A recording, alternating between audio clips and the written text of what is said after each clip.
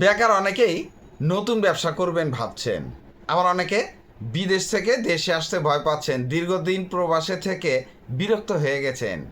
দেশে এসে কি করব, কোথায় যাব, ব্যবসা করলে যদি লস হয়ে যায় তাহলে ভবিষ্যৎ কি হবে, আবার বিদেশ কামলা দিব, এই সমস্ত চিন্তা ভাবনা করে তারা দেশেই আসছেন না।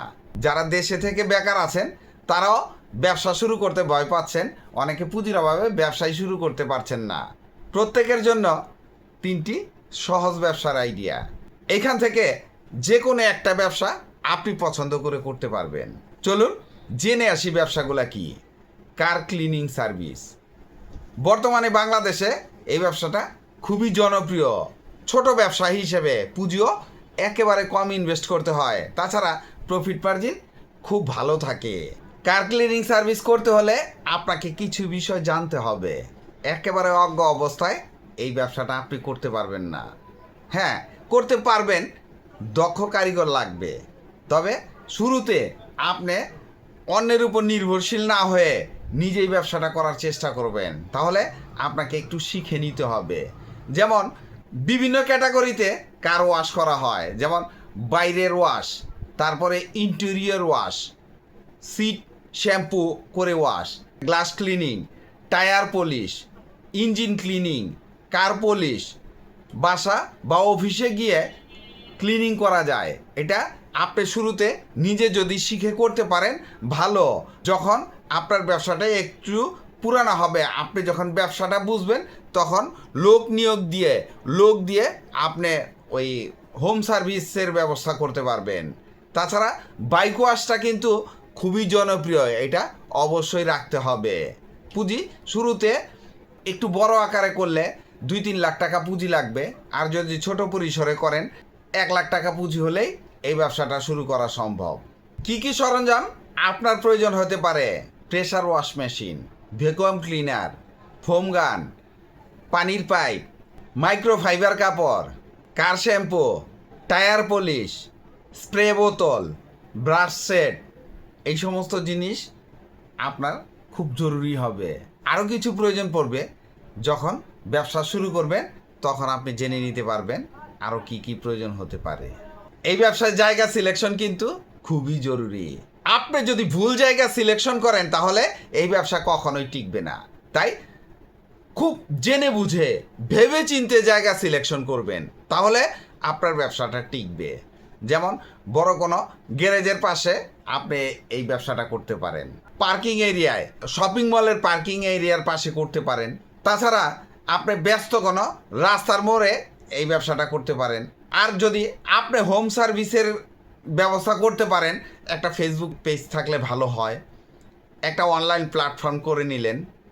তাছাড়া হোয়াটসঅ্যাপ গ্রুপের মাধ্যমে আপনি জানতে পারলেন কার এই কাজটা দরকার, বা তারা জানবে যে আপনি এই কাজটা করেন। তাছাড়া লিফলেটের মাধ্যমে আপনার প্রচার করতে পারেন। ভিজিটিং কার্ড তো থাকবেই। এই ব্যবসায় আপনি কীরকম ভিজিট নিতে পারেন? যেমন সাধারণ ওয়াশ করলে 300 থেকে 600 টাকা নিতে পারেন।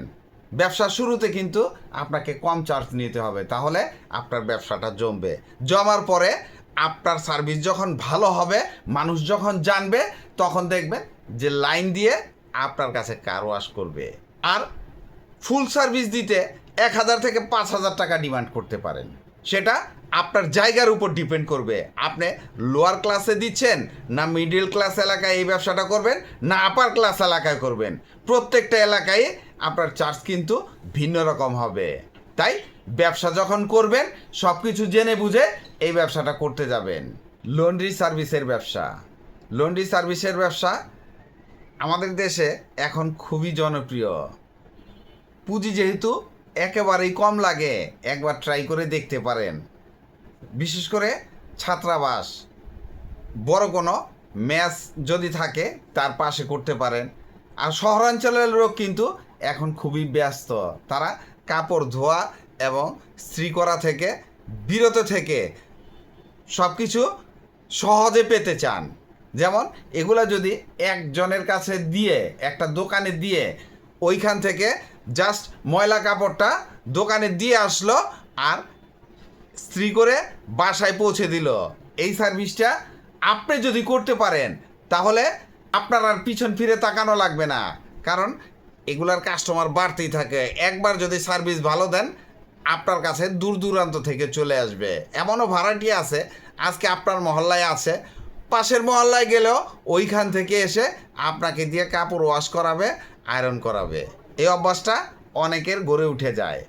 তাই আপনি এই ব্যবসাটা করলে একটু জেনে বুঝে চিন্তা ভাবনা করে করবেন, যেহেতু পুঁজি কম, শুরুটা আপনি করতেই পারেন। ব্যবসার ধরনটা আপনি এইরকম করতে পারেন, যেমন কাপড় ধোয়া ও ইস্ত্রি করতে পারেন। হোটেল রেস্টুরেন্টের কাপড় তাদের সাথে আপনি কন্ট্যাক্ট বেসিসে করতে পারেন।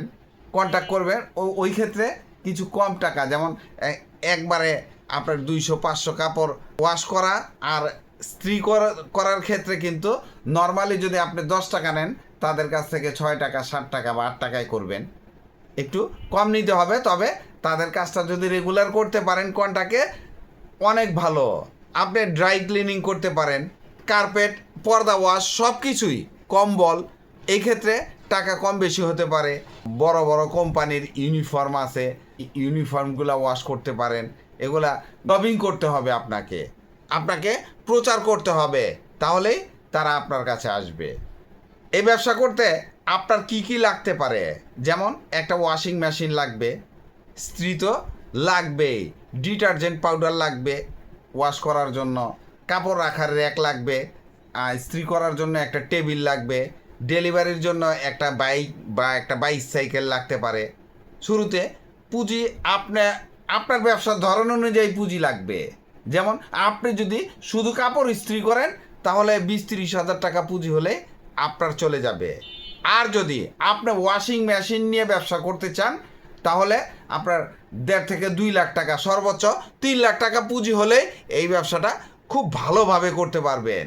কাস্টমার বাড়াবেন কিভাবে? যেমন ধরেন, আপনার কাস্টমারের মালটা খুব সুন্দর করে আয়রন করে প্যাকেট করবেন, পলি প্যাকেট।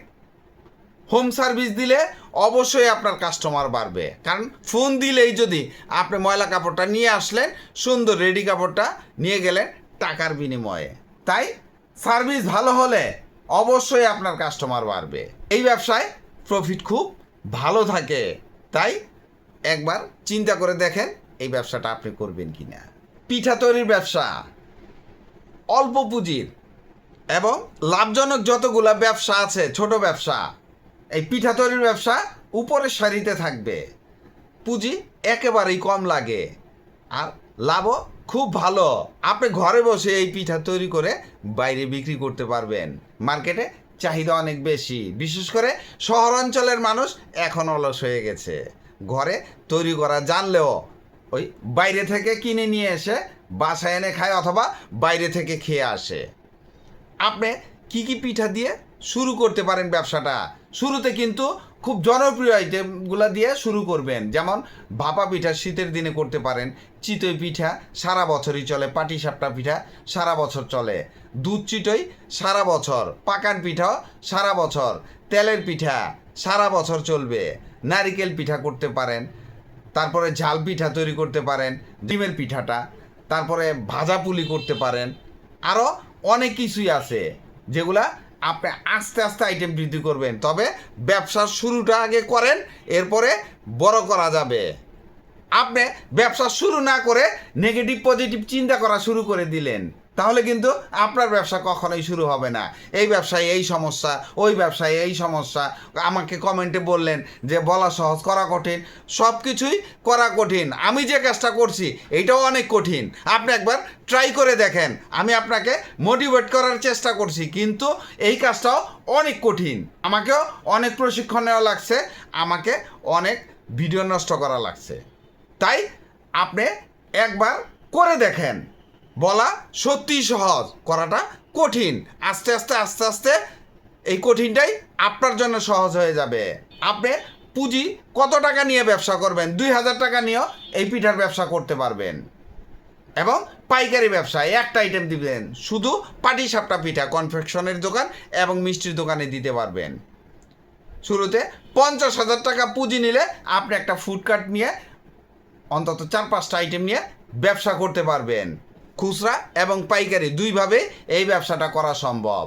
আপনি বিক্রি করবেন স্কুল কলেজের সামনে যে সমস্ত কনফেকশনের দোকান আছে ওই সমস্ত দোকানে, বেকারি আইটেমে যারা বিক্রি করে তাদের কাছে বিক্রি করতে পারেন, ব্যস্ত কোনো রাস্তার মোড়ে ফুডকার্ট নিয়ে দাঁড়িয়ে বিক্রি করতে পারেন, মার্কেটের সামনে, train station, bus stand, bus terminal, সব জায়গায় এই পিঠা চলবে, যেহেতু আমাদের দেশে আমাদের ট্রেডিশন এটা পিঠা খাওয়া। বাঙালি পিঠা খাওয়া কখনো ভুলবে না, যত উন্নত মানের খাবার হোক, যত দামি দামি খাবার আমাদের দেশে আসুক, পিঠা খাওয়া বাঙালি কখনো ভুলবে না। তাই এই ব্যবসাটা আপনি নিশ্চিন্তে একবার ট্রাই করে দেখতে পারেন। ব্যবসার লাভ কিন্তু আপনি কোন টাইপের ব্যবসা করবেন তার উপর ডিপেন্ড করবে।